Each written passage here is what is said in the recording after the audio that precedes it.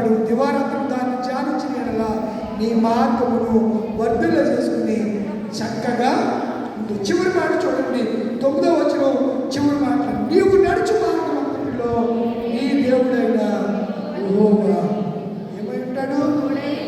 ఈరోజు దేవుడు మనకి తోడుగా ఉన్నాడు కనుకనే మనం నిర్మూలన కాకుండా ఉన్నాం.